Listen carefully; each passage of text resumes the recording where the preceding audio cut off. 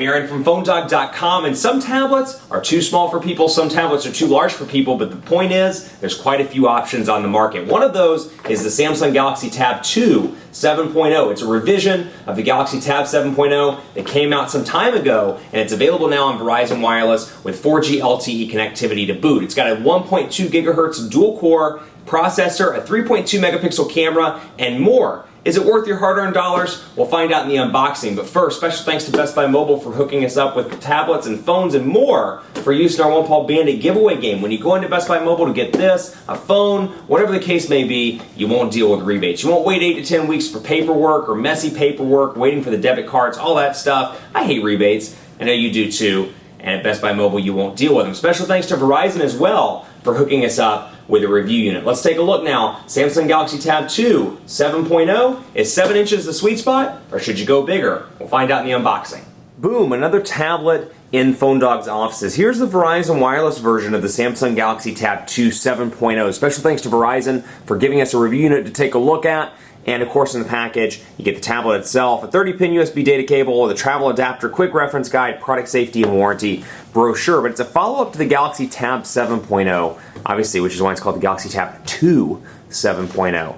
But a new version with a slightly different design, different look and feel, packing a 1.2 gigahertz dual-core processor, a 3.2 megapixel camera on the back, Android 4.0 out of the gate, 4G LTE connectivity, 8 gigabytes of internal memory, with support for up to a 64 gigabyte micro SD card. Some awesome stickers that we get to play with. Verizon 4G LTE connectivity, as you can see, evident by the logo on the back. So here's the device itself. You can see over here, maybe you can't see because it's pretty black, but on the right side you've got your power button, your volume rocker, looks like an infrared port there. You've got a 3.5 millimeter headphone jack up top, and on this side you've got your SIM card slot for your 4G LTE connectivity and your micro SD card slot. So let's power it on and take a look. While that's powering on, have a look at that picture in the background. See that? See it in the reflection? It's a picture on the wall in the office.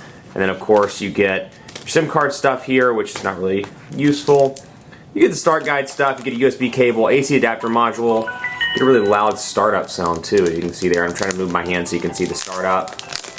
Makes the typical Verizon logo noises, or Verizon sounds I should say. Start here, important consumer information about radio frequency emissions, product safety, and warranty information. So again, USB cable, we've seen all this stuff before, but if you're not familiar with Samsung's USB cable or their AC adapter module, here's what the module looks like, as you can see here. I don't want to spend too much time on this because it's all the same, right? Right. For the most part at least. Unless there's a substantial change. Blah, blah, blah, blah.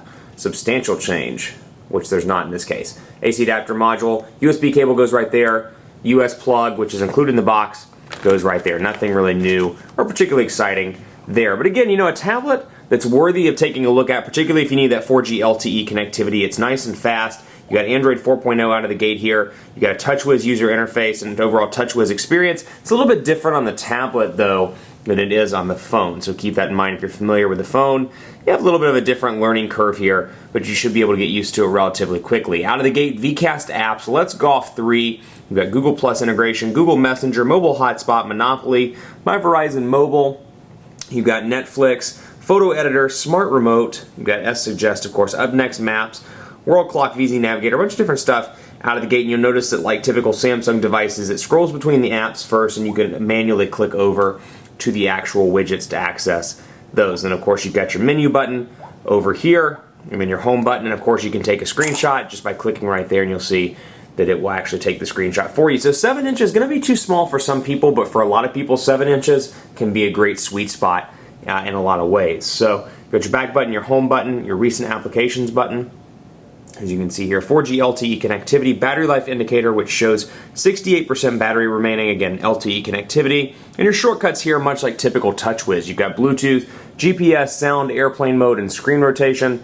Settings shortcut as well, with Wi-Fi, mobile hotspot, Bluetooth, data usage, and then more settings. So a lot of different networks available there. Which we'll turn that off, we don't need those right now.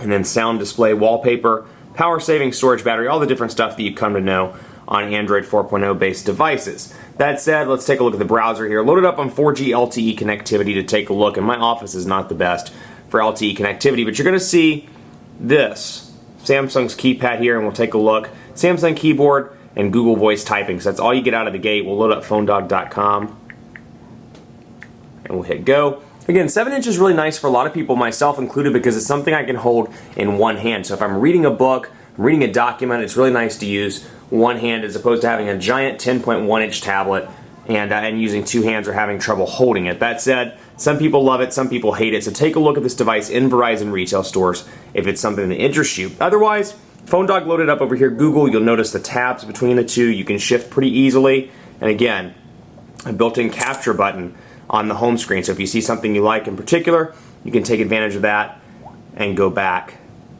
and save it. So, take a look at the Motorola Photon Q 4G LTE. That's a lot of words, a mouthful, but you can see the first impressions article I did earlier. You can kind of see what that looks like on the device. So portrait to landscape transitions, nice and fast.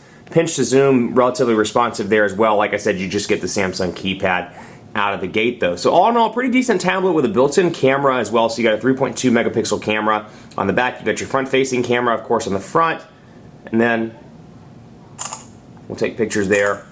Though you don't get the really cool feature, obviously, that you get in the Galaxy S3, where you can press and hold and do a burst mode kind of feature with that. You do get some nice editing options over here. You get some effects. Get this, single shot, smile shot, and panorama. No burst mode available in there. And then, of course, your settings, where you can change the resolution, the effects, the timer, and more, all from the main screen. So all in all, pretty decent device. 5 home screens on this device. As you can see here, menu button up there in the top right-hand corner with your apps and widgets, relatively easy to access. And then you've got all of your different home screens, as you can see them right there. It looks like you may be able to add a few. Let's see what we can do. So add a maximum of 7. So you can have a maximum of 7 home screens, though it does kind of shift those around. So if you're a big fan like I am of having your home screen in the middle, keep it in mind because you may have to move it back to the middle once you add those additional home screens. Much more coverage to come on phonedog.com with the Samsung Galaxy Tab 2 7.0. Keep it locked on the site for continuing coverage. Hit us up on Facebook at facebook.com/phonedog. Let me know what you think of this device on Twitter.